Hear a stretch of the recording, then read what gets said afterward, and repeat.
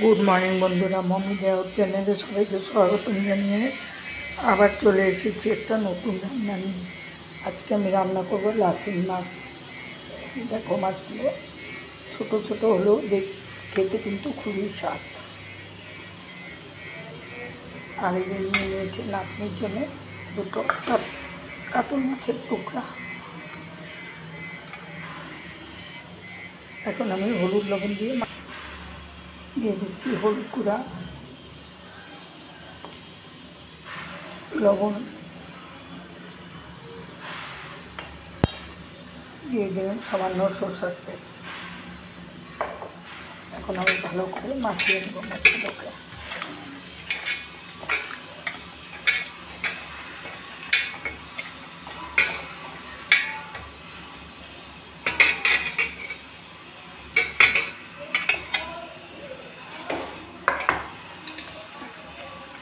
এই মাছ দুটোকে আমি হলুদ লবণ দিয়ে মাখিয়ে নিলাম। এটা আমি নাতনির জন্য ভেজে দেব। 5 মিনিটের মতো মাছটাকে নিচে রেখে দিলাম।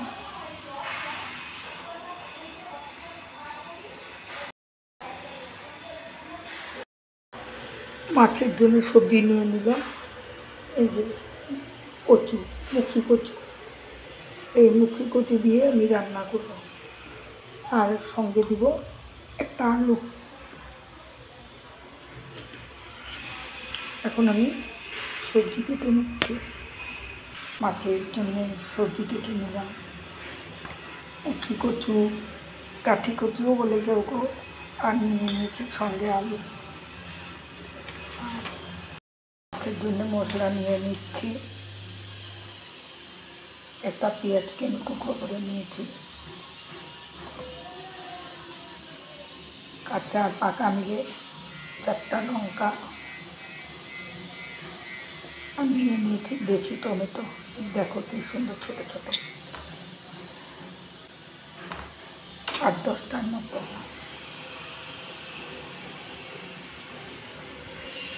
নিয়ে নিলাম 1 ইঞ্চি পরিমাণ টুকরো করা আদা, সামান্য আধা চামচ জিরার গুঁড়া, আধা চামচ ধনে গুঁড়া, সামান্য জল। এখন মিক্সিতে পেস্ট করে নেব।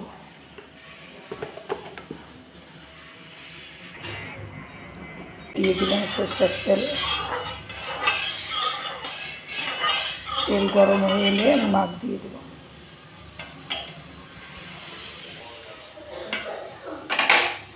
আমি কাতল মাছ দুটো আগে ভেজে নিচ্ছি।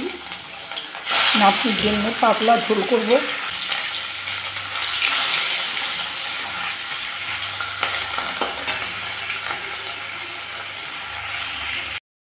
হয়ে গেল মাছ দুটো ভাজা। এখন আমি উঠিয়ে নিচ্ছি।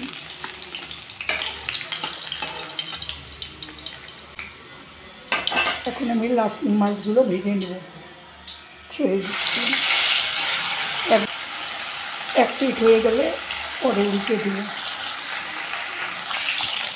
এখন আমি মাছগুলো উল্টে দিচ্ছি। এক পিঠ ভাজা হয়ে গেছে। আমি হালকা হালকা করে ভেজে নেব।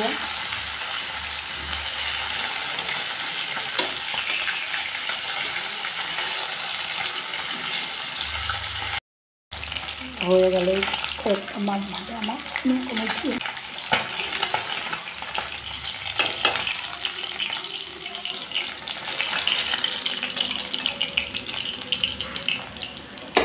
বাকি মাছগুলো আমি একইভাবে ভেজে নেব। ভেজে নিলাম। এখন আমি নাতনির ঝোল করে নিচ্ছি, যে শুধু আলু দিয়ে একটু তেলের উপরে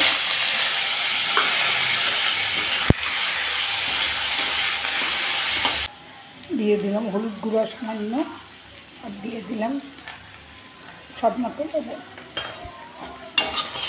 এখানে আর কিচ্ছু দিব না, শুধু এই আলুটাকে ভাজা ভাজা করে জল দিয়ে মাছ দিয়ে নামিয়ে দেবো। দিয়ে দিচ্ছি পরিমাণ মতো ঝোল। ঝোলটা ফুটে এলে আমি মাছ দিয়ে দেবো।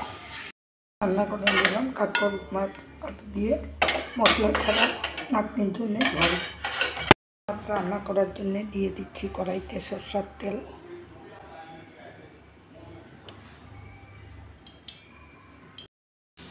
দিয়ে দিচ্ছি কালো জিরা ফোড়ন, একটা পেঁয়াজ কুচি করে নিয়েছি দিয়ে দিলাম,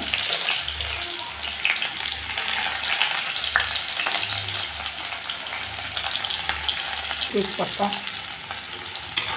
দিয়ে দিচ্ছি কচু আর আলু।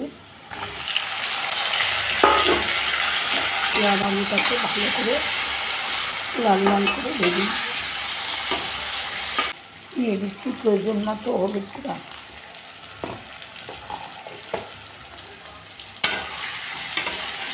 গরম মশলাটা দিয়ে দিচ্ছি,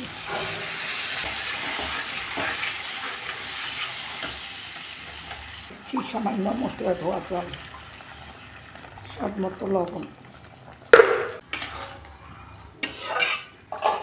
এখন 5-7 মিনিটের মধ্যে ঢেকে দিলাম। এখন ঢাকনা খুলে দিলাম।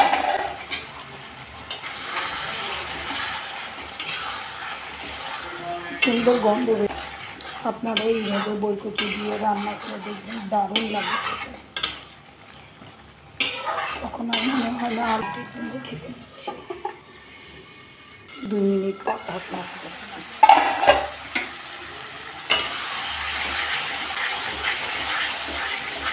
এখন দিয়ে দিচ্ছি জল,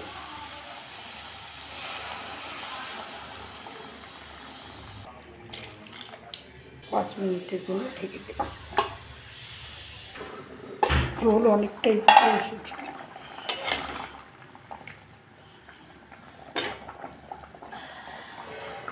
এখন মাছগুলো দিয়ে দিচ্ছি।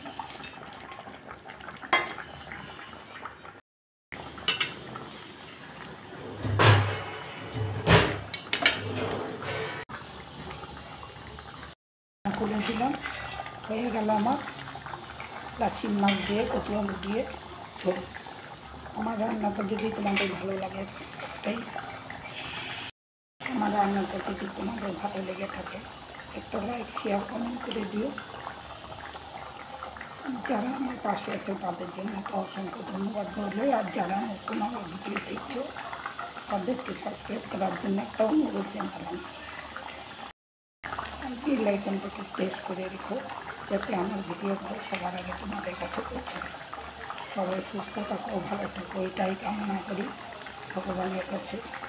আবার নতুন ভিডিও নিয়ে দেখা হবে। আজকের মতো এই পর্যন্ত।